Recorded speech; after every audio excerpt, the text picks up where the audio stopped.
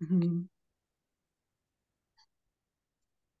Raquel, a gente tem começado 19h30 em ponto, né, até para prestigiar as pessoas que estão aqui, e depois quem for entrando, né, vai pegando, e depois, se a gente conseguir o link, a gente passa para as pessoas que pedirem.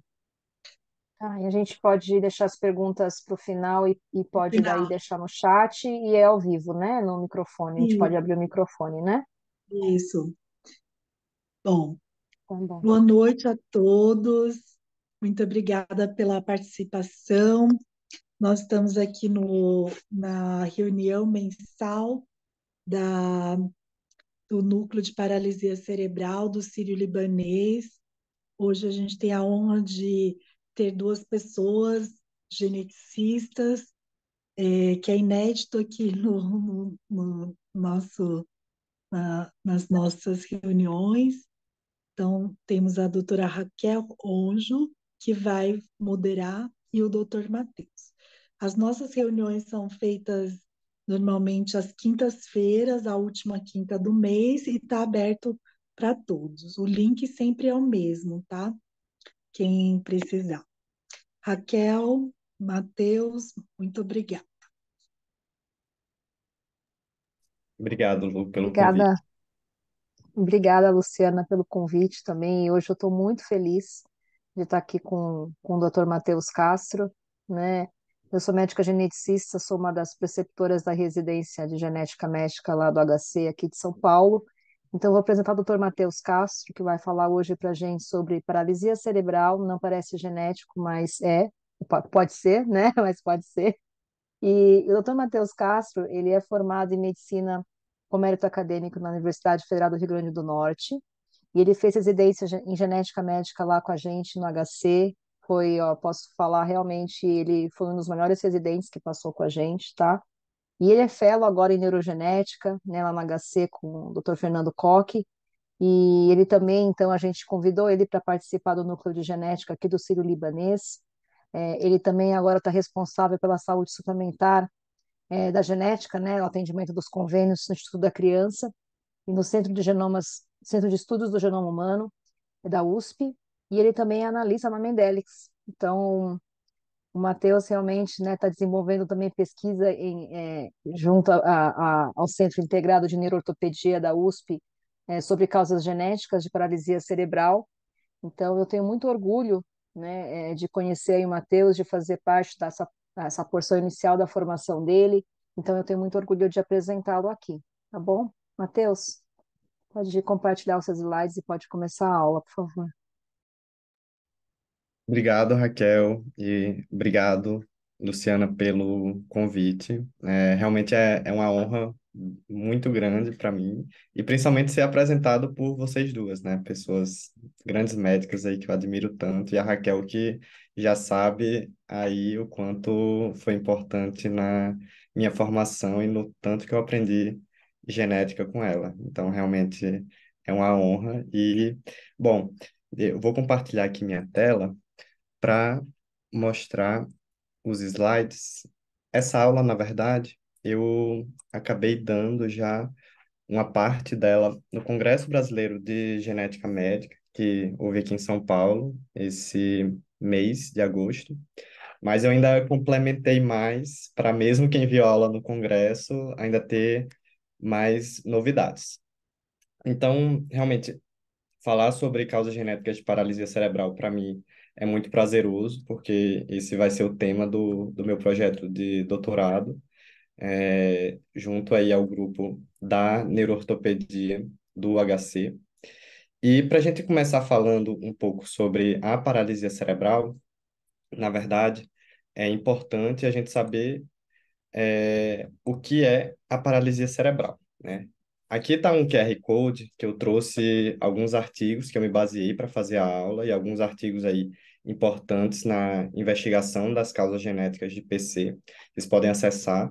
E eu vou pedir para não tirarem foto ou print da tela em que tiver foto de paciente, para isso não acabar circulando, né? A gente tem autorização para eventos educativos, mas é chato se essas fotos acabarem aí circulando por outros meios. Bom, então, a gente precisa definir, na verdade, paralisia cerebral. E a causa, o conceito mais atual e mais aceito é que, na verdade, PC é um guarda-chuva de condições. É muito mais um diagnóstico clínico do que etiológico. Então, a PC, ela é considerada um grupo de distúrbios que são permanentes do desenvolvimento tanto do movimento quanto da postura e que causem uma limitação da atividade, atribuídos aí a algum distúrbio não progressivo que ocorreu no cérebro em desenvolvimento da criança, né? Seja no período fetal ou nos primeiros meses de vida. E isso pode estar associado a outras alterações neurológicas, como uma deficiência intelectual, dificuldades de comunicação, questões comportamentais, a própria epilepsia e também a problemas musculoesqueléticos secundários, né? Então, para a gente ter APC, nós temos que ter essas três coisas obrigatoriamente. Tem que ser um distúrbio permanente, que afete o movimento e a postura, e que seja não progressivo. Mas aí a gente tem que tomar cuidado com uma coisa. Não progressivo não quer dizer que não seja imutável, né? Você pode ter uma evolução da espasticidade, levando a complicações osteoarticulares secundárias, por exemplo, como a retração articular, uma dificuldade, piora da marcha. Então, o quadro clínico ele pode sofrer alterações aí ao longo do tempo, mas a causa base da lesão neurológica, ela não pode ser progressiva. E é isso que o conceito estabelece. Então, a, a paralisia cerebral, como eu falei, é muito mais um diagnóstico clínico. E a gente ainda pode subdividi-la em tipos clínicos de acordo com a apresentação principal. Então, a gente pode dividir na paralisia cerebral espástica, que é a mais comum, que ela é dividida ainda posteriormente de acordo com a porção do corpo acometida, em unilateral ou bilateral, e nos membros acometidos, num padrão diplégico ou mesmo quadriplégico. E o que vai mais chamar a atenção para a gente é justamente essa postura espástica, né? Nos membros superiores com flexão e nos membros inferiores com extensão. E nas crianças que deambulam, é muito comum a gente ver, pela espasticidade dos adutores, principalmente, uma marcha em tesoura. Então, a APC espástica é o tipo mais comum, né? Provavelmente, quando a gente fala em paralisia cerebral, é o tipo que logo a gente vem em mente, mas a gente tem outros tipos também. O tipo de cinético é caracterizado aí por distúrbios do movimento, normalmente coreia e distonia. Então, nesse vídeo aqui a gente pode ver uma criança com uma coreia, uma coreotetose aí de membros superiores e inferiores, com esses movimentos irregulares, de extremidades não previsíveis, e assumindo também uma postura distônica quando eu peço para ele estender o braço, né?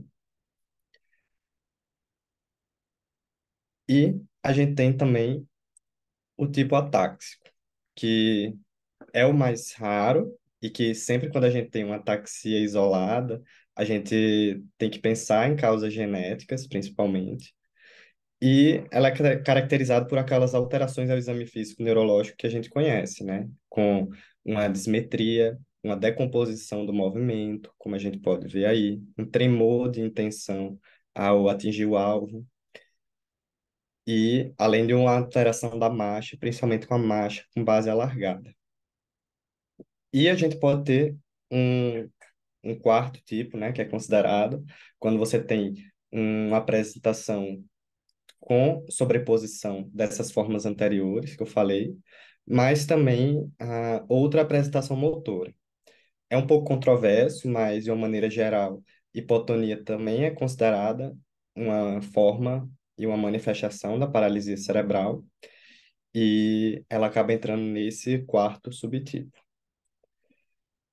Bom, E a paralisia cerebral, na verdade, ela é considerada hoje a incapacidade motora mais comum da infância, né? Ela tem uma prevalência aí de 1 para cada 500 nascidos vivos, que ela tem a prevalência, na verdade, maior do que a síndrome de Down, por exemplo, né? Que ambas, então, não são consideradas condições raras, como um grupo, já que uma doença rara é considerada aquela acima de 1 para 2.000. E realmente a gente observa isso no nosso dia a dia, né? Com as pessoas com PC que a gente encontra aí no nosso cotidiano. Existem alguns fatores de risco já bem estabelecidos. O principal deles é a prematuridade, sem dúvidas, né? Esse gráfico aqui mostra para a gente que a prevalência de PC ela é inversamente proporcional, o risco, na verdade, à idade gestacional. Então, se a gente tem, principalmente aquelas crianças com prematuridade extrema, é onde a gente vai encontrar a maior faixa e predizer o maior risco para a evolução para paralisia cerebral. Mas, em relação à prevalência total, a gente vê que as crianças a termo, na verdade, são as mais acometidas pela paralisia cerebral, apesar de ter o risco aí pela prematuridade. A maior parte dos casos que a gente vê são de crianças a termo. Então, realmente, isso já é um fator que deve nos atentar a possibilidade aí, a importância das causas genéticas na paralisia cerebral. A gente sabe que existem alguns fatores, principalmente obstétricos, associados, né? Então, a história de restrição de crescimento intrauterino, infecções pré-natais e, logo após o nascimento, uma neuroimagem neonatal alterada, são fatores que vão aumentar o risco e predizer uma evolução para uma paralisia cerebral, mas eles não são fatores determinantes. Isso a gente tem que ter bastante em mente. E aí, quando a gente fala das causas de paralisia cerebral, a gente logo pensa na asfixia perinatal, né? Que era por muito tempo considerada a principal causa, e o Apgar alterado foi por muito tempo considerado aí um grande marcador da asfixia perinatal. Mas os estudos epidemiológicos mais recentes mostram para a gente que, na verdade, a asfixia corresponde a menos de 10% dos casos, tá? Os registros, principalmente em países desenvolvidos, como a Austrália, por exemplo, eles têm um, uma prevalência de PC que não mudou ao longo do tempo, mesmo com o aumento das cesáreas. Na verdade, você teve em alguns países o aumento da prevalência, com o maior número de crianças prematuras que sobreviveram, com a melhor assistência perinatal. Então, na verdade, mesmo aumentando a taxa de cesárea e aumentando esse cuidado perinatal, diminuindo aí a prevalência da asfixia perinatal, você não teve um impacto tão importante na prevalência de PC. Então, isso mostra para a gente que a asfixia perinatal provavelmente, realmente, não é a principal causa da paralisia cerebral e que existem aí outros fatores envolvidos. E desses fatores, então, nos últimos anos, foram estudados principalmente os genéticos, com o advento aí do sequenciamento de nova geração, que é uma técnica que barateou muito a realização de sequenciamentos genéticos, e com isso permitiu uma ampla gama de diagnósticos genéticos. Então, hoje, a gente tem uma positividade aí em torno de 30%, tá? Os estudos, eles variam. Existe estudo que você pegou uma coorte de paralisia cerebral, testou todo mundo com exoma, e os estudos mais antigos mostravam a prevalência de 14%, mas os estudos mais novos, eles mostram uma positividade maior. Você acaba encontrando hoje mais alterações genéticas. Por quê? Porque várias condições foram descritas, praticamente a cada semana a gente sabe que são descritas condições novas associadas a novos genes, e também com a melhoria das técnicas de diagnóstico, né? Com o sequenciamento do genoma, por exemplo, e a realização dos exames de trio. Então, quando a gente acaba fazendo isso, a positividade dos testes aumenta.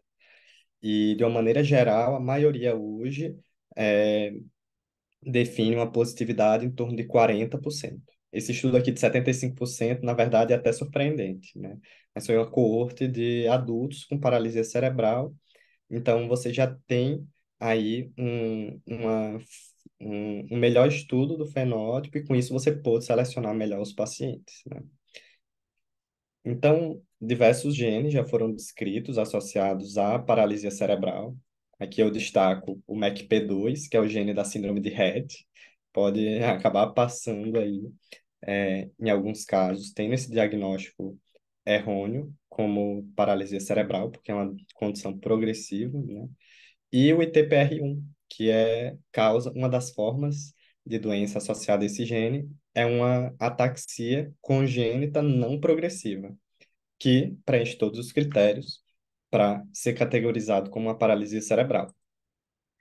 E hoje existe esse consórcio internacional de genômica em paralisia cerebral, que eu tenho a oportunidade de fazer parte também, que é um grupo internacional de pesquisa em causas genéticas de paralisia cerebral.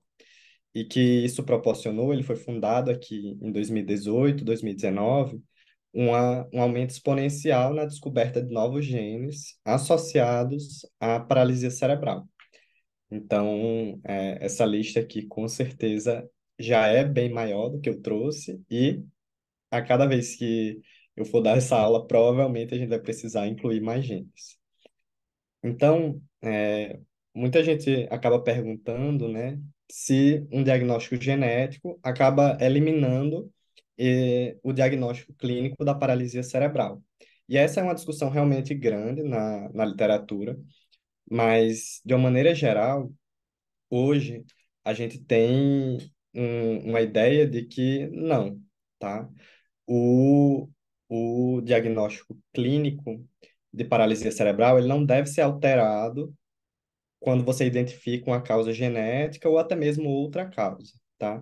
E existem alguns benefícios para isso.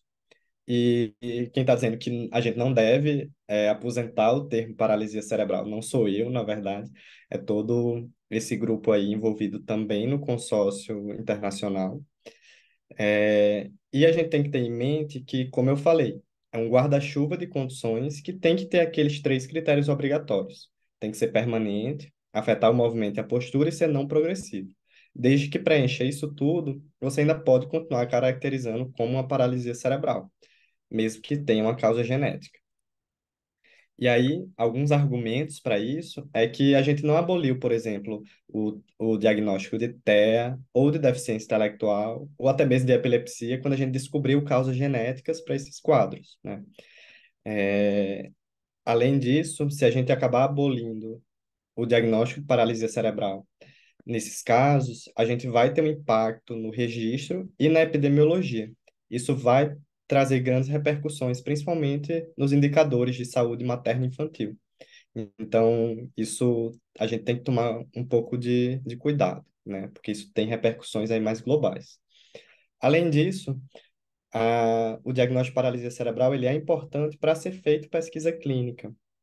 E principalmente porque hoje a gente já tem muito bem estabelecido protocolos de cuidado e de segmento dessas crianças, né? Como a gente tem aqui muito bem no núcleo.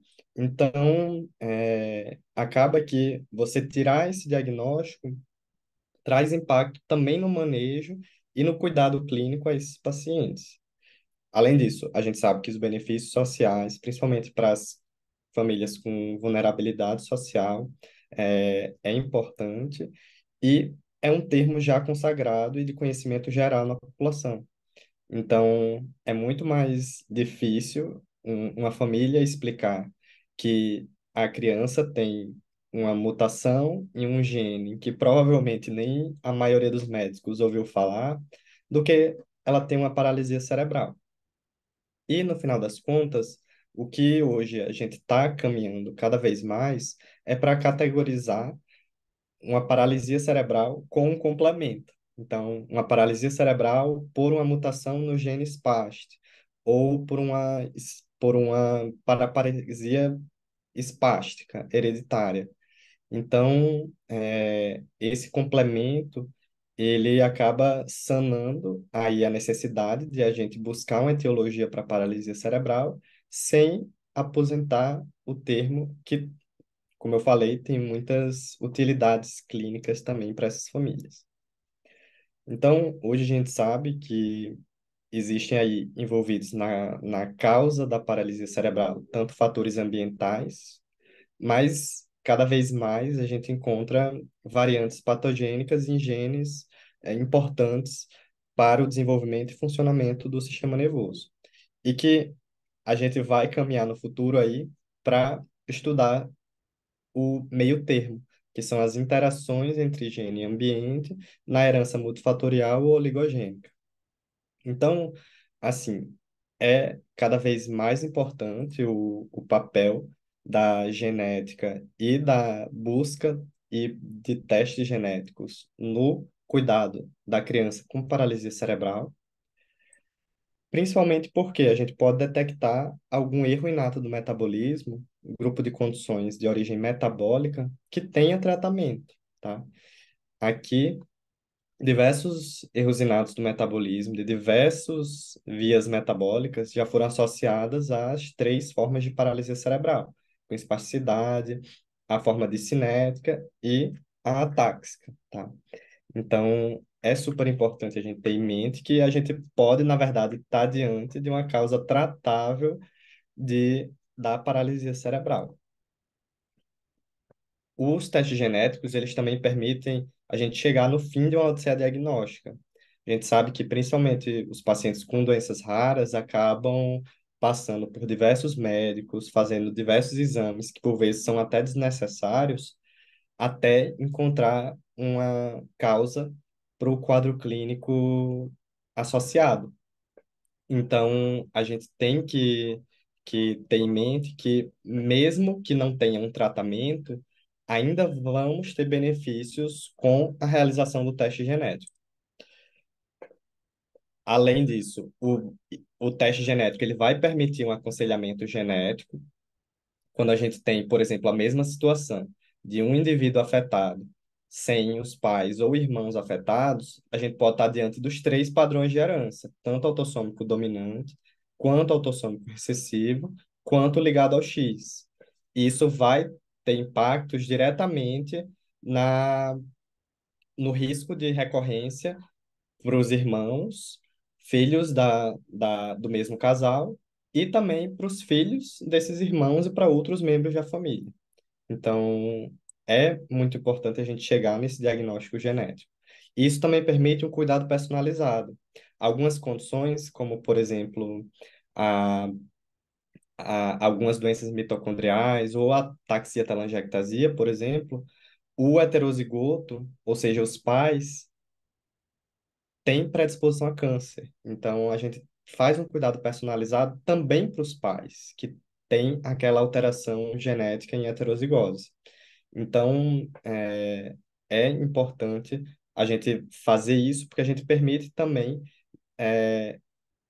informar um prognóstico para aquela família de se é uma condição neurodegenerativa e aquele diagnóstico de paralisia cerebral que parecia naquele momento, na verdade, não vai se concretizar, porque, como eu falei, a paralisia cerebral tem que ter aquelas três coisas, né? E a terceira delas não é permanente, mas não progressivo. E se você tem uma doença neurodegenerativa, isso não permite mais a gente caracterizar como paralisia cerebral. Bom, o teste genético também combate o sentimento de culpa, porque muitas vezes a gente acaba encontrando e se deparando com principalmente uma culpa dos pais por ter feito ou deixado de fazer alguma coisa durante a gestação ou período neonatal, quando a gente sabe que muitas vezes não teve nenhuma relação com com algum evento perinatal, o aparecimento de alguma condição genética, né? Isso é um evento, na maioria das vezes, aleatório e que não se tem hoje algo para fazer que evite uma mutação de novo, por exemplo. E também permite os pacientes se juntarem em associações de pacientes.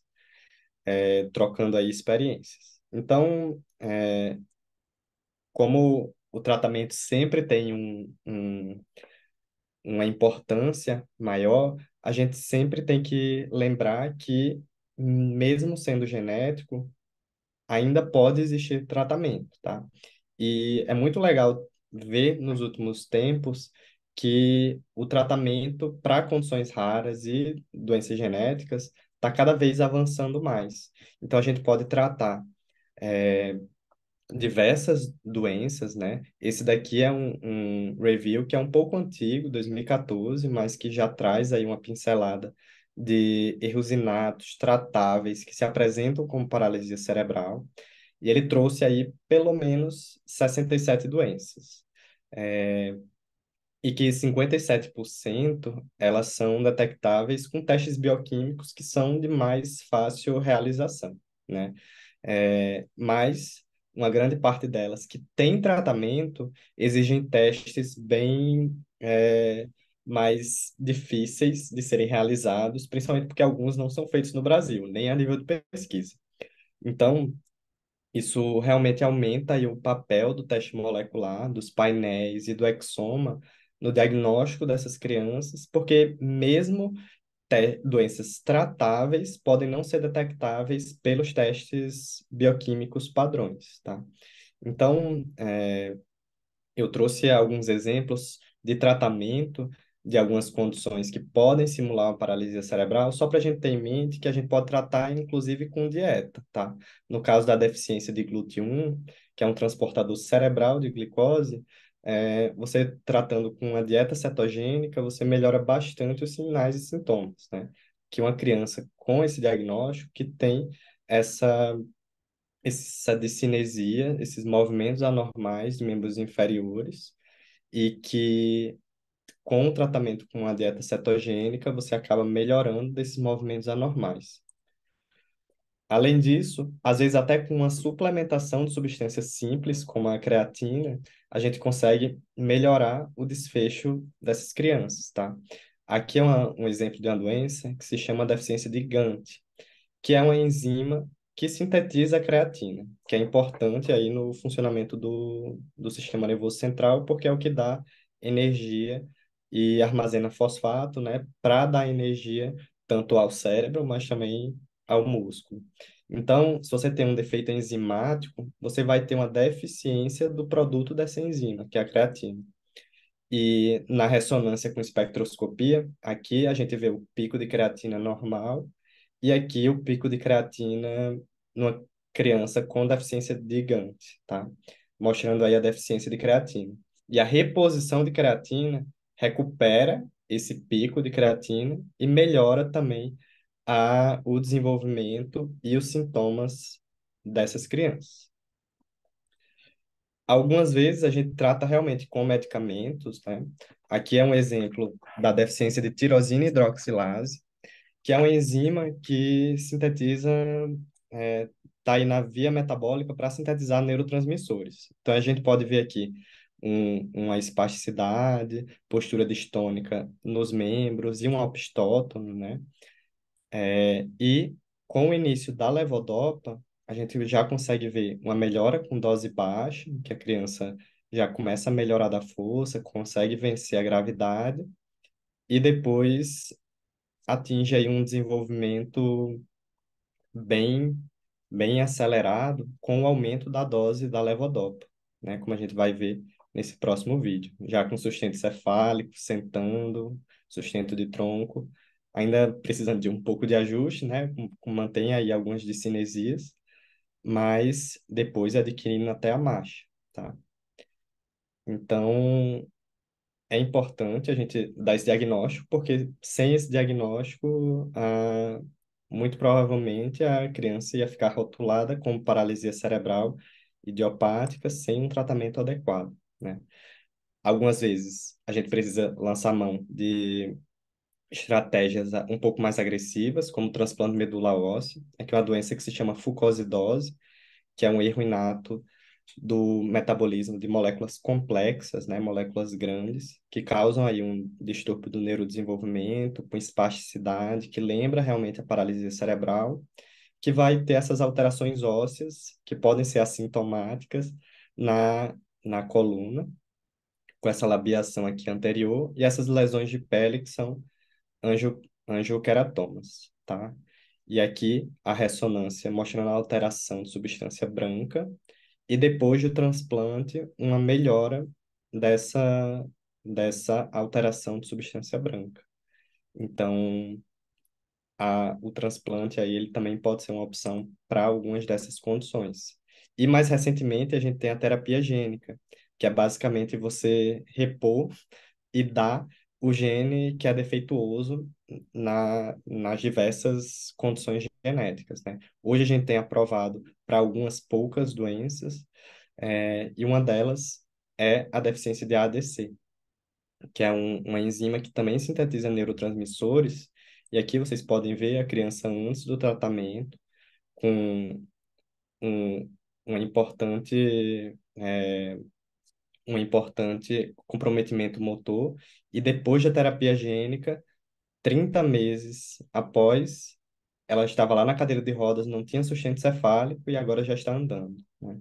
Então, realmente é uma terapia que promete quebrar paradigmas históricos aí não só na genética, mas na medicina como um todo, tá? Então, existe um fluxograma de investigação, basicamente. A gente sempre tem que fazer a ressonância, né? Porque a ressonância, ela já pode mostrar um padrão que pode direcionar nossa investigação.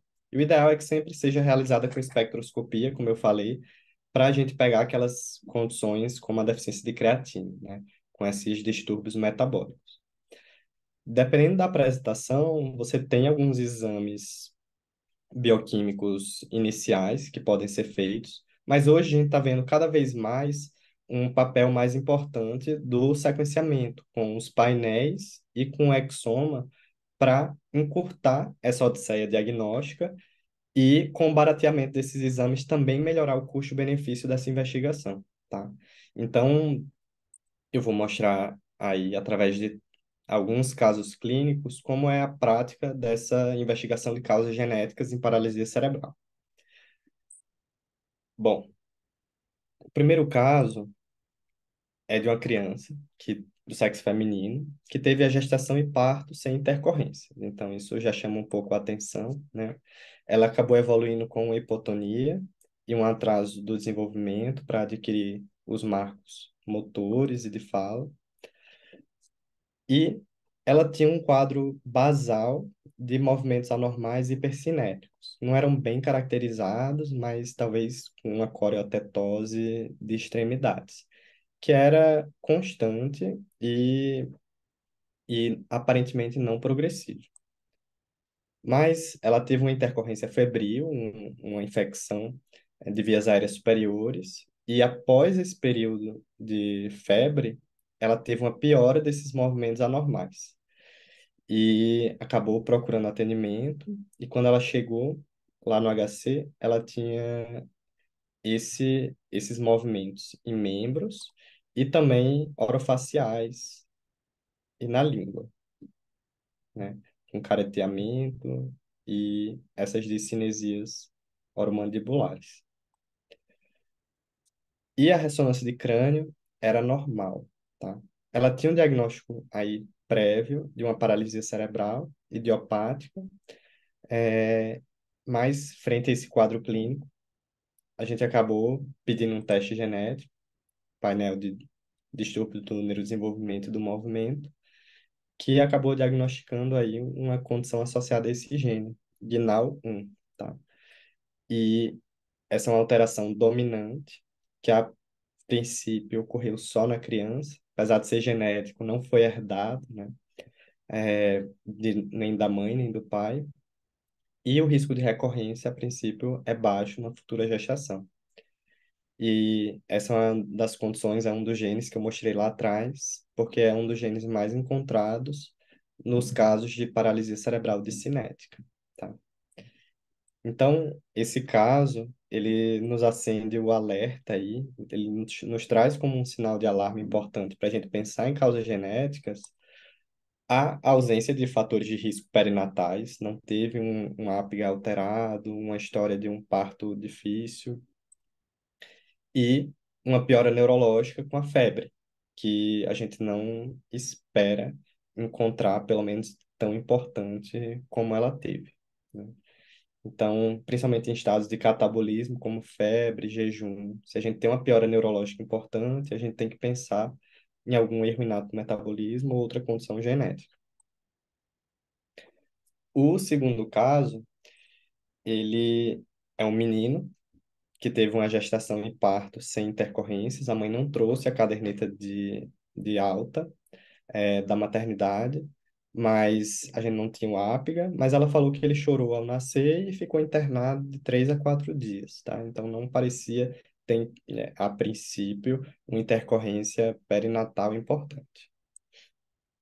Ele evoluiu com atraso do desenvolvimento e com uma espasticidade e uma ataxia discreta também. Aqui é como ele chegou para a gente, então, por essa foto aqui, a gente já pensa logo num quadro de uma PC espástica, né? Que é a forma mais comum e é a forma mais clássica. Apesar dele ter um pouquinho de ataxia também, mas que não foge ao quadro, né? E ele acabou fazendo a ressonância, primeira etapa aí na investigação, que a primeira frase que trazia na conclusão era essa: uma sequela de uma hemorragia prévia na substância branca do centro semioval e coroa radiada à esquerda.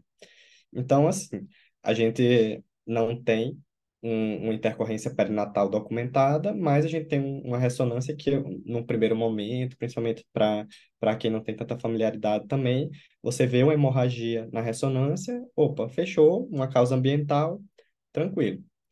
Mas tem uma observação na ressonância, né? Que foi notado também uma discreta alteração de sinal na substância branca, envolvendo também aí o corpo caloso e o cerebelo, né? Então, isso já é um pouco estranho. E o que chamou mais atenção é que quem foi de acompanhante para o paciente foi a irmã, também com quadro de paralisia cerebral.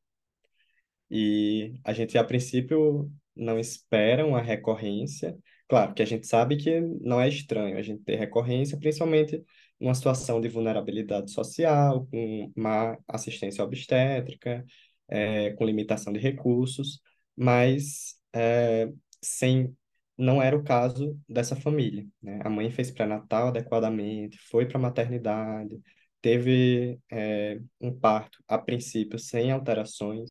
Então, uma recorrência familiar nesse contexto chama bastante atenção para a gente pensar em causas genéticas, né? E, além disso, examinando mais a fundo, num exame morfológico, que a gente procura mínimas alterações, mas que podem ser a dica para a gente pensar num diagnóstico específico, a gente acabou encontrando essa, tá? Aqui do lado esquerdo é o meu dedo, e aqui do lado direito é o dedo do paciente, e ele tem a parte branca da unha bem maior do que o esperado. A gente chama isso de leuconique. E aqui é a da irmã. Ela também tinha esse achado em todos os dedos, tá? Então, assim, frente a esse quadro clínico, com alteração de substância branca, a leuconíquia e esse quadro de espasticidade importante, a gente acabou pensando num diagnóstico e o exoma confirmou que era um distúrbio peroxissomal. A leuconíquia com surdez é clássica para Heinle, que é o fenótipo, o quadro mais atenuado desse gene. E o quadro mais grave é o Zellweger, que é uma forma grave, já de início neonatal, com uma neurodegeneração, epilepsia de difícil controle. E o que eles têm, provavelmente, é um quadro intermediário entre os dois. Então, eles foi encontrada aí no menino uma alteração provavelmente patogênica e outra de significado incerto, mas que depois a gente testou a irmã. Ela também tinha as duas mutações e a gente segregou nos pais. Viu que uma veio do pai e outra veio da mãe, compatível aí com herança recessiva, né? Nesse caso, o risco de recorrência é de 25%. Diferente lá do primeiro caso, que o risco de recorrência era muito baixo, né? Em torno aí de menos de 5%. Aqui é de 25%. E isso permitiu também reclassificar essa variante, essa mutação, para provavelmente patogênica e fechar o diagnóstico dessa condição nessa família. Então, esse caso, ele nos fez aprender aí, como um sinal de alarme, a história familiar positiva.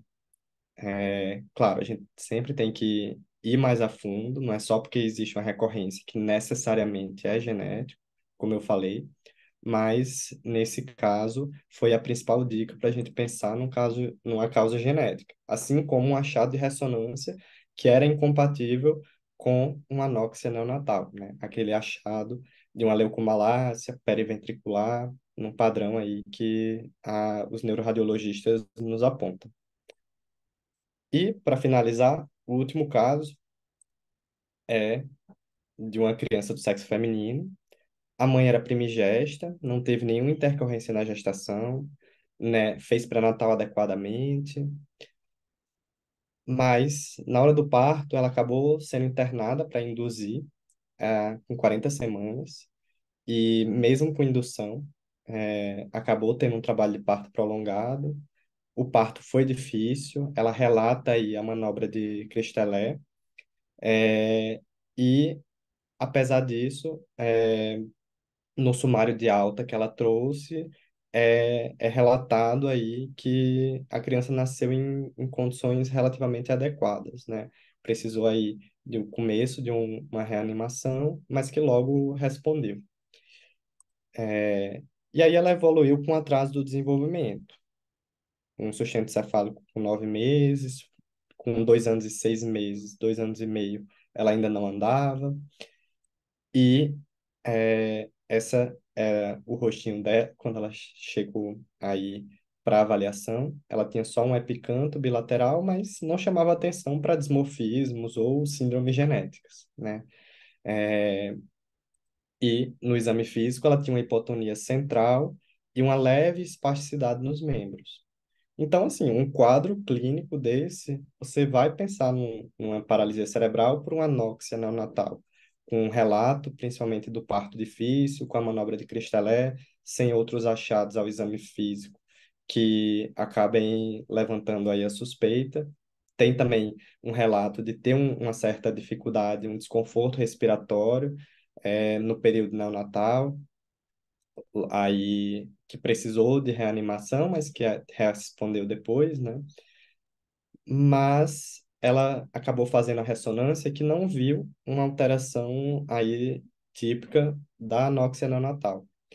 O que, na verdade, o neuroradiologista ficou na dúvida é que se haveria uma digenesia de corpo caloso, mas a princípio de substância branca não havia alterações, né?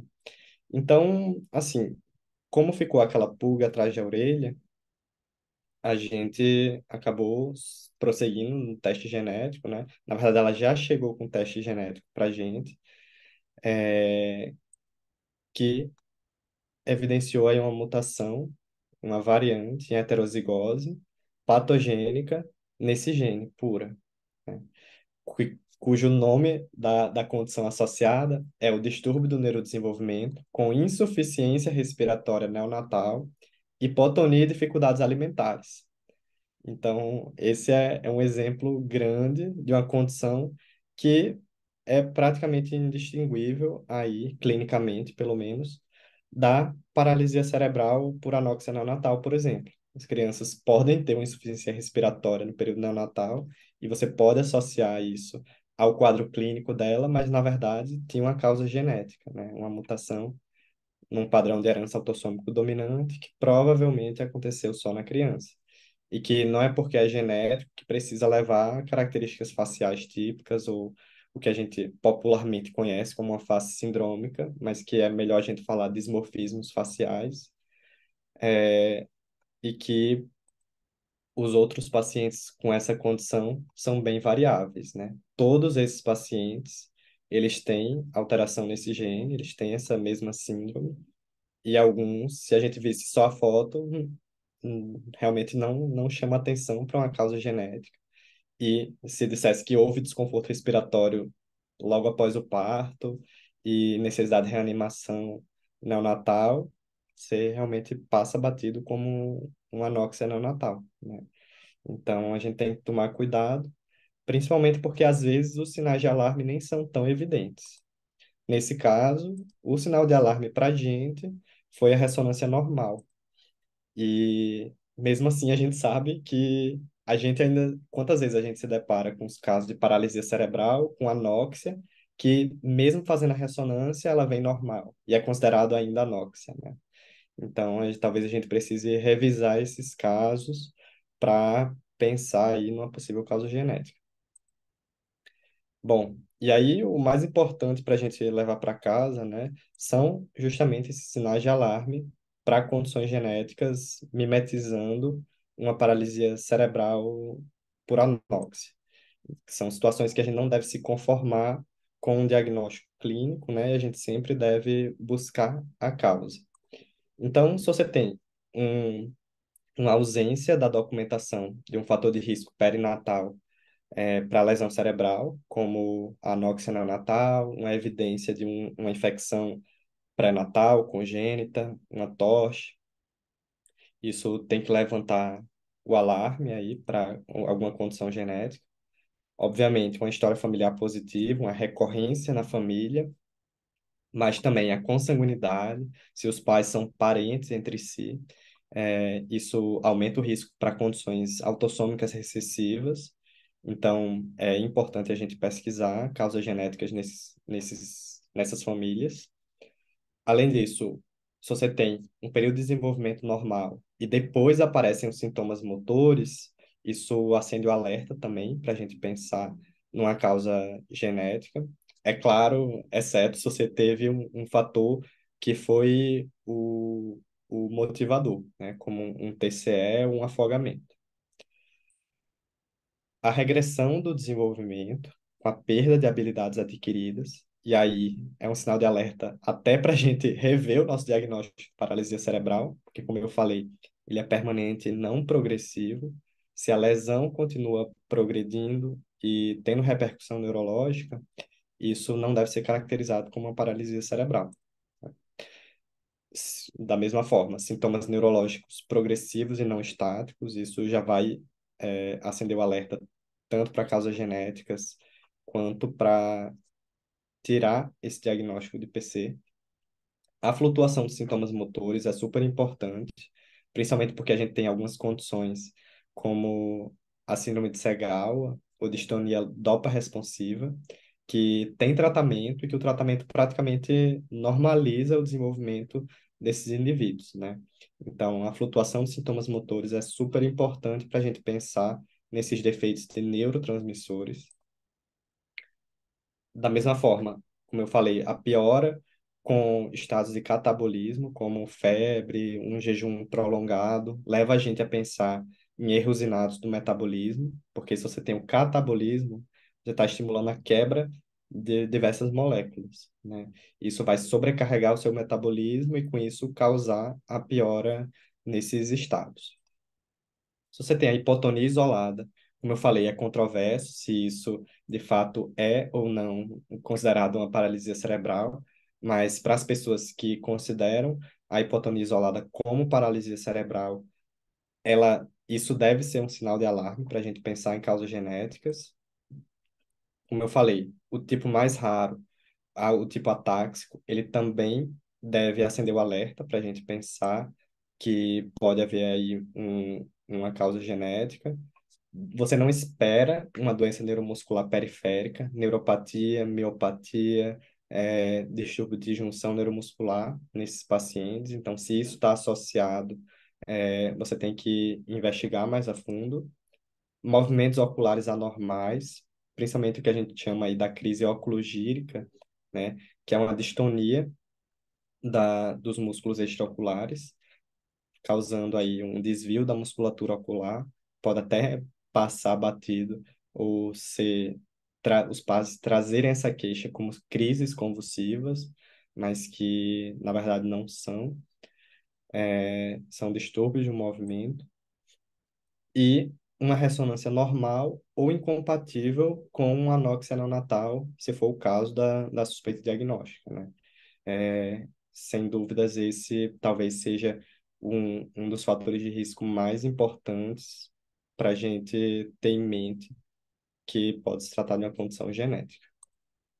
Bom, e aí eu queria agradecer, aí está o meu e-mail, e agradecer principalmente ao nosso grupo da neurogenética lá do HC, que a Lu faz parte, a nossa equipe da genética médica lá do Estudo da Criança também, que a Raquel faz parte, e ao nosso grupo lá da neuroortopedia, que a gente avalia na sexta de manhã os pacientes com paralisia cerebral e que realmente é um trabalho aí encampado pela brilhante doutora Patrícia, ortopedista, que faz a diferença na vida desses pacientes. Então, queria novamente agradecer o convite e estou à disposição aí para se alguém tiver alguma dúvida.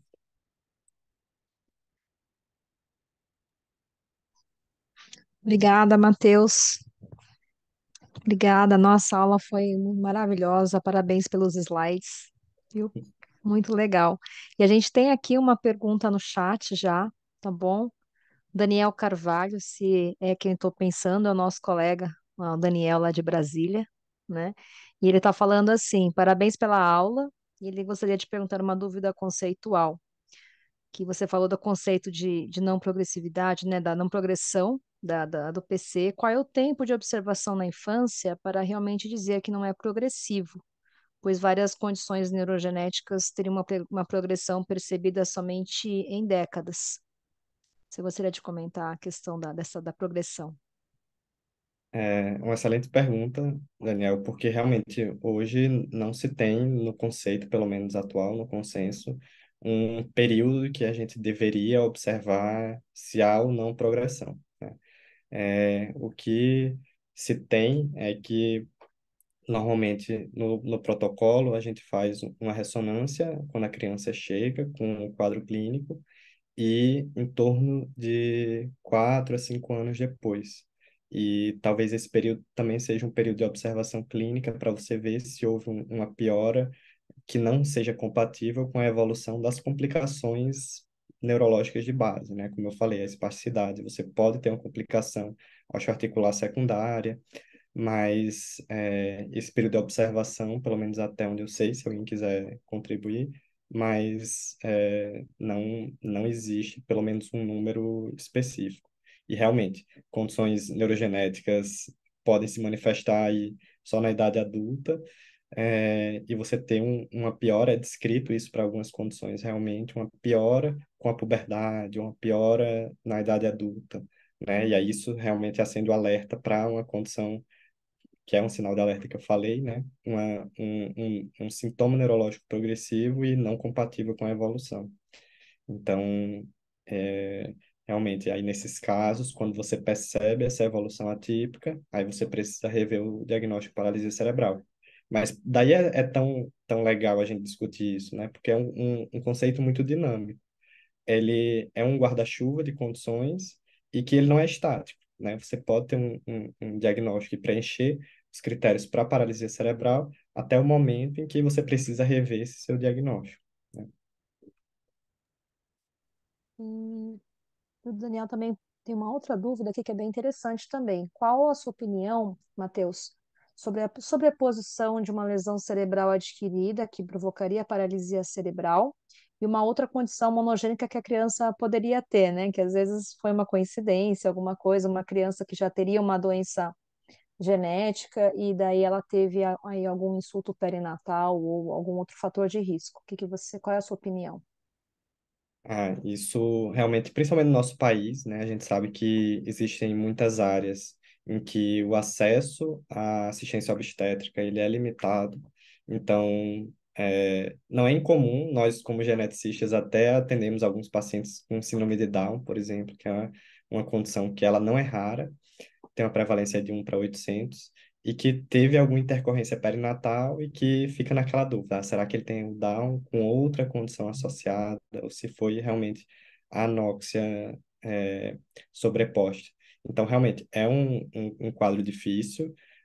A gente tem que pensar, principalmente em algumas condições, como, por exemplo, a deficiência do cofator de molibdênio, deficiência de sulfito oxidase, você pode ter um padrão de imagem que é até semelhante à da anóxia neonatal, e essas crianças já é bem descrito, nascem com apga ruim, com sofrimento fetal, já no período perinatal, necessitam de reanimação e vão ter bem documentado aí uma anóxia neonatal, mas que a anóxia foi causada pela alteração genética. Então, tanto você tem a associação das duas, mas você tem também uma relação de causalidade em algumas das condições, né, que tem que ser levado em conta aí no seu raciocínio diagnóstico. Então, realmente é um desafio clínico, e principalmente quando a gente está frente a essas famílias em situação de vulnerabilidade social. Eu acho que é bem importante, assim, a sua aula traz a mensagem, né? Porque realmente na genética a gente tem aí menos de 10% das doenças com tratamento, e é o que eu brinco, né? Quando encaminha a paciente para a genética, quando a gente vai triar, né? Lá no HC a gente faz uma triagem ali por um sistema, e eu até falo para os residentes, quando tem a possibilidade de ser uma doença tratável, a gente não pode perder tempo, né? Realmente, para tentar achar esse diagnóstico para indicar o tratamento mais apropriado. E eu acho que os casos que o Matheus trouxe, né, Lu, também é interessante porque acho que os neurologistas que veem esses casos no dia a dia falam, nossa, eu preciso rever esse caso era parecido, né? Então, acho que esses casos que o Matheus trouxe são muito ilustrativos, muito interessantes aí, para a gente sempre considerar aí doenças genéticas subjacentes quando a gente tem alguns sinais de alerta. Luciana, você gostaria de complementar aqui também? Ah, tem mais uma pergunta no chat. Deixa eu só adiantar aqui, Lu. Existem dados de quantos diagnósticos, né, de encefalopatia não progressiva, não, como é que é o ECNI que vocês falam, né, sugeridos, na verdade, seriam por causas genéticas? Existe algum dado de prevalência? Em relação àquelas que tiveram a anóxia e que depois teve causa genética, especificamente essa coorte, eu desconheço, mas existem estudos genéticos de coortes indiscriminadas, né? Tanto das que você tinha evidência de anóxia neonatal, quanto nas que não tinha. E a positividade era em torno aí de 30%. Então, provavelmente, mesmo esses com anóxia neonatal, acabaram entrando e revendo e refazendo esse diagnóstico retrospectivo, e viu que tinha uma condição genética associada, tá? Então, a positividade, ela gira em torno aí de 30%. Variável com o estudo feito, com a coorte, com os critérios de seleção. Mas as que não houve uma seleção, uma curagem prévia, essa positividade ela realmente gira aí em torno de 30%. Obrigada, Matheus. Lu? Matheus, eu parabéns, adorei a aula, que bom que você repetiu e colocou mais casos. E eu queria que você falasse um pouquinho do seu doutorado, eu fiquei curiosa, e depois eu queria falar mais uma outra coisa. Ah, é, o projeto, então, é de pegar a coorte de pacientes com paralisia cerebral, ah, talvez definir alguns critérios de inclusão, né, baseado nesses sinais de alarme que eu trouxe, para a gente priorizar pacientes com Por favor, desligar o som, desligar. e selecionar e priorizar alguns pacientes para fazer o teste genético, mas também a nossa ideia a longo prazo é pegar uma coorte de 100 pacientes e testar, independente de ter a evidência de anóxia neonatal ou não, para ver justamente esses casos que pareciam anóxia, mas que na verdade não são, né? E a gente vai fazer o sequenciamento do exoma nos pacientes, a não ser que o diagnóstico clínico, a avaliação clínica sugira outro diagnóstico, né? A gente teve um caso lá que provavelmente pode ser uma trissomia do 8 em mosaico. Então, essa é uma condição que a gente vai pedir o cariótipo ao invés do exoma. Então, é por isso que é importante também a, a nossa avaliação desmorfológica junto com o exame neurológico, que às vezes muda o direcionamento na investigação. E alguns pacientes eles já vêm, na verdade, com o diagnóstico de paralisia cerebral e com os testes genéticos feitos, né? Como essa paciente aí do Gene Pura, que chegou já com um teste realizado, mas que é importante a gente se atentar justamente a isso, né? Que não são mutuamente excludentes. O diagnóstico genético, ele pode e deve andar junto com o diagnóstico clínico da paralisia cerebral. Outra questão, se você está recebendo casos para tese ou são só os casos do HC? A princípio, como a gente quer fenotipar, então a gente quer avaliar realmente a fundo o fenótipo desses pacientes. A gente vê um paciente por sexta de manhã, né? Então, a princípio, existe uma fila eh, dos pacientes para entrar nesse ambulatório, mas dependendo do caso, discutindo com a gente, aí a gente consegue integrar no projeto de acordo com o interesse de pesquisa. Então, estamos abertos aí também para discutir os casos e receber. Feito. Acho que tem uma pergunta, a Raquel pode ler? Isso. Podemos ler E aqui Pode ser a pode, última pergunta, Lu? Então tá. Então pode. tem uma pergunta aqui do Daniel, que ele queria perguntar para o Matheus qual a experiência em relação de causa pré-natal, como insuficiência placentária crônica, que muitas vezes não provocariam alterações de imagem sugestivas de anóxia pré-natal e que confundiriam com causa genética. Excelente também, Daniel, porque uma insuficiência placentária crônica, principalmente se a mãe tem algum fator de risco, como uma doença hipertensiva da gravidez, ela pode causar um quadro clínico que vai acender o sinal de alerta para a gente pensar numa causa genética, né? Principalmente as doenças cromossômicas. Então, a insuficiência placentária crônica, causando aí uma restrição de crescimento intrauterino, que, como a gente viu, é um fator de risco ambiental para paralisia cerebral, mas também é um achado comum de ser observado em algumas condições genéticas e principalmente aquelas cromossomopatias, como a gente fala, né? Então, a gente sabe também que complicações maternas podem ser reflexo de doenças genéticas no feto, como a deficiência de Al-Shade e de proteína trifuncional, que pode causar síndrome HELP na mãe durante a gravidez de um bebê com essa doença genética. Então, na verdade, a genética está aí para acabar, na verdade, entrando na nossa prática diária. Eu imagino assim, hoje, numa situação de recursos limitados, a gente tem que selecionar e priorizar esses pacientes com base nos sinais de alarme. Mas no futuro, todos os pacientes, eu acho que vão ter indicação, à medida que esses testes forem ficando mais baratos, de fazer pelo menos uma avaliação genômica ampla, com um sequenciamento do exoma, um sequenciamento do genoma, à medida que esses exames fiquem mais baratos, para justamente triar essas condições, mesmo e com evidência de anóxia, por exemplo, ainda tem uma causa genética de base ou sobreposta.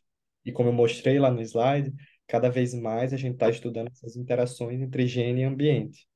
Então, uma insuficiência placentária, num contexto genético de uma predisposição aí a desenvolver a paralisia cerebral, quando você tem um hipofluxo placentário, é, somar essas duas coisas é o que determinou a paralisia cerebral. Então, não foi só a insuficiência placentária, ou não foi só a causa genética, né? Foi a interação entre ambas, que é o que a gente chama de uma herança multifatorial, ou oligogênica. Então, realmente, hoje a gente tem que priorizar mas, sem dúvidas, mesmo com um quadro aí de uma insuficiência placentária, no futuro eu ainda testaria quando tiver disponível o exame aí para as pessoas. Obrigada, Matheus. Obrigada, a todo mundo que assistiu e que colocou as perguntas. Um abraço aí para o Daniel, um abraço para o Clécio. E tem um recado aqui da Luciana que ela colocou no chat, que a próxima reunião do núcleo será no dia 28 de setembro, no mesmo horário, com tema ainda a ser definido. Então, gostaria de Luciana, encerrar aqui. Muito obrigada pelo convite. Parabéns, Matheus, aí pela aula e pelo seu progresso. Fico muito orgulhosa aí de você, viu? Podemos Obrigado. encerrar então, o pessoal do núcleo que encerra a gravação, né? Sim, muito obrigada, boa noite. Boa noite a todos. Tchau, tchau. Tchau.